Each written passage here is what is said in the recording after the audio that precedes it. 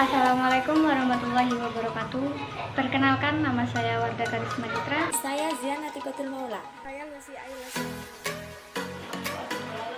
Pertama-tama saya ucapkan puji dan syukur kehadirat Allah Subhanahu wa taala sehingga pada kesempatan kali ini saya dan teman saya bisa menjelaskan tentang sejarah dan penulisan Al-Qur'an.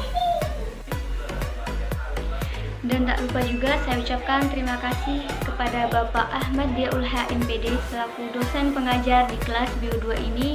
Dan saya juga mengucapkan terima kasih kepada rekan-rekan sekalian yang berkenan untuk mendengarkan sedikit penjelasan dari kami. Sebelum ke materi inti, teman-teman pastinya sudah tahu bukan?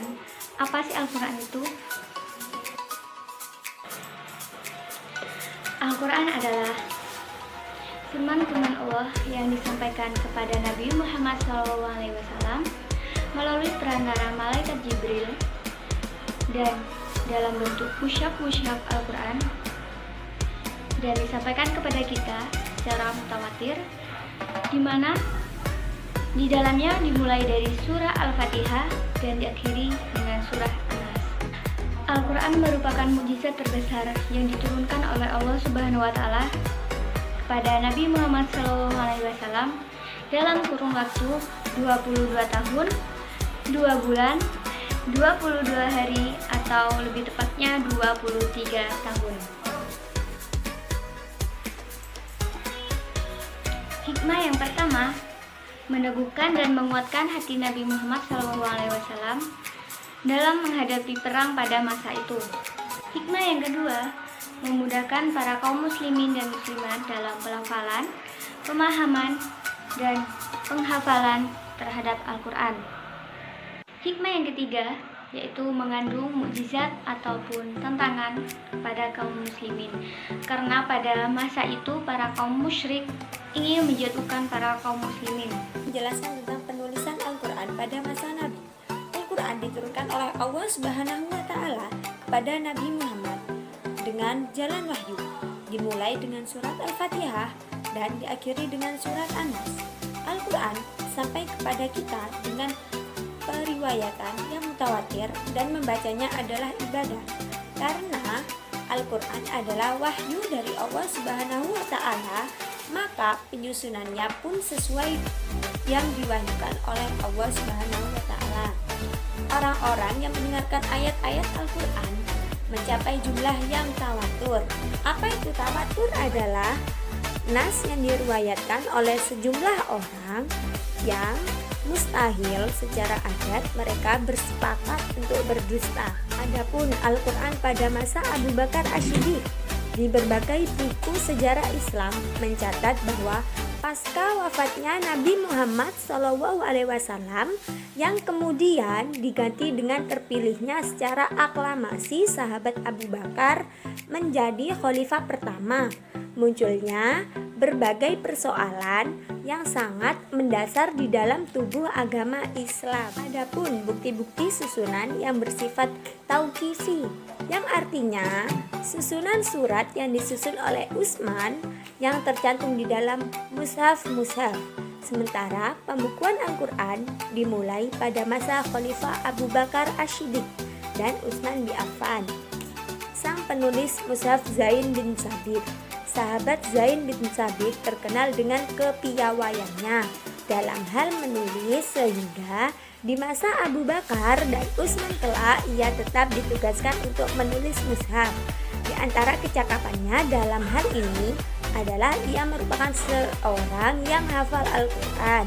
Ia juga masih muda, yang prigel, hafalannya sangat kuat, logikanya dan kreativitasnya berjalan, tenang dan tidak suka tergesa-gesa, sekaligus banyak kerjanya. Semua sifat-sifat tersebut dimiliki oleh pribadi seorang Zaid bin Sabit.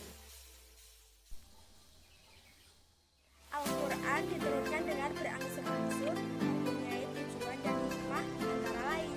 Yang pertama, meneguhkan dan menguatkan hati Nabi Muhammad SAW.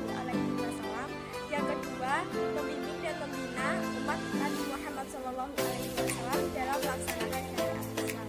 Yang ketiga, sebagai jawaban terhadap masalah atau kasus tertentu.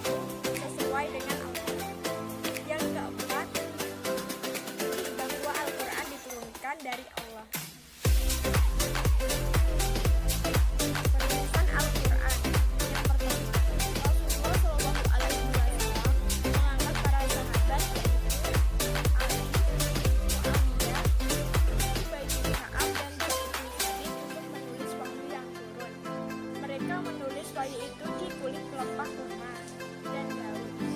Dan yang kedua, Al-Quran banyak dihafal para sahabat, tetapi belum dijadikan satu mushaf. Dan yang ketiga, dengan wafatnya Nabi Muhammad SAW, wahyu tidak turun lagi, sehingga Allah menginstruksikan kepada para khulafaur rasyidin untuk mengumpulkan ayat-ayat dalam satu mushaf. Al-Quran diturunkan dengan beraneka dan hikmah antara lain. Yang pertama, meneguhkan dan menguatkan hati Nabi Muhammad SAW. Yang kedua, membimbing dan membina umat Nabi Muhammad SAW dalam melaksanakan syariat Islam.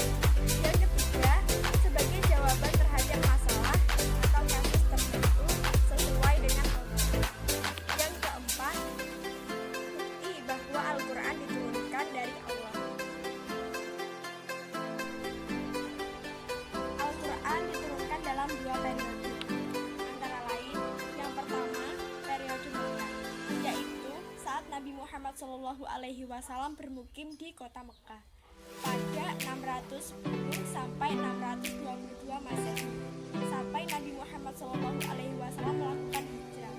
Ayat-ayat yang diturunkan pada masa itu disebut ayat-ayat Makkiyah yang berjumlah 4.726 meliputi 89 surat. Dan yang kedua yaitu periode Madinah, yaitu masa setelah Nabi Muhammad SAW hijrah ke Madinah pada 622 sampai 632 Masehi. Ayat-ayat yang turun dalam periode ini dinamakan ayat-ayat Madaniyah, meliputi 1510 ayat dan mencakup 25 surat. Terima kasih telah menyaksikan video ini. Semoga video ini memberikan manfaat.